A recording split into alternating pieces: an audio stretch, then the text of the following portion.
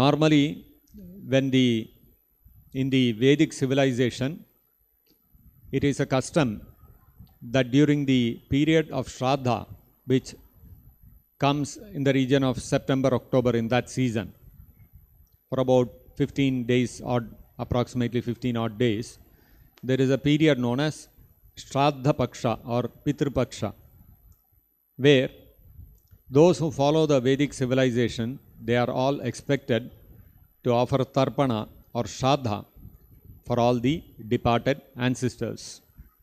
This is an age-old practice. Sometimes atheists, they ask that your forefathers are all dead and gone. Now you are offering some Shraddha. Shraddha means it is some food, rice and such other stuff which is offered to the forefathers. They are all dead and gone. So how can they eat the food that you are offering? As it is mentioned here, the ancestors who have not got another gross body, they are provided with an invisible, subtle body, and they accept the Shraddha or the oblations in a subtle manner which we are not able to see. Just because I am not able to see what is happening with my eyes does not mean that that incident is not happening. There are so many things which we cannot see. We cannot see 4G waves, we cannot see 5G waves. Does that mean they don't exist? They do exist. Our vision, the vision of our eyes is limited to a very narrow spectrum of the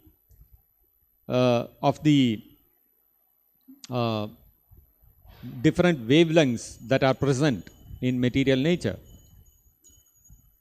We cannot see ultraviolet rays, we cannot see infrared rays, so many things we cannot see. Therefore, we can understand that we cannot summarily dismiss what the Vedas are saying about how the ancestors, they honor the oblations which are offered to them in a body which is not visible to our present material eyes. Especially in Gaya, in Bihar,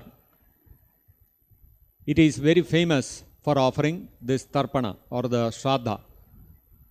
There is a Vishnu temple in Gaya where the food is first offered, and that prasadam is then offered to the ancestors.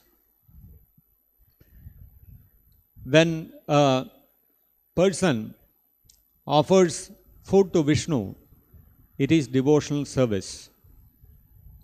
And actually what is happening is, although the rituals may constitute so many items, the Panditji has to be there, he will chant many mantras, and you offer the pinda to the ancestors, etc. The actual basic or fundamental principle that is acting is, when a person renders devotional service to Vishnu, Vishnu becomes pleased with that devotional endeavor and he blesses those ancestors who are not having a gross body.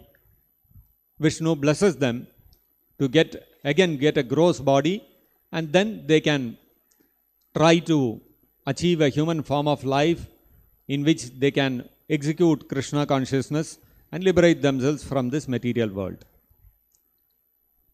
The principle is devotional service to Vishnu.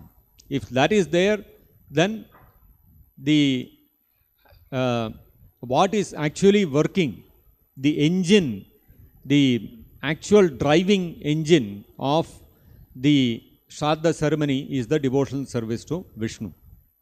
Even in Kerala, there is a place called Varkala, which is on the beach, which is near the ocean. And there is a famous Janardana temple, Varkala Janardana, it is famous. That temple is also famous for offering Shraddha to the departed ancestors. we can understand from this that if at all we want to deliver our ancestors, devotional service to Vishnu or Krishna is what actually can help them. No devatas can help our any living entities to achieve liberation.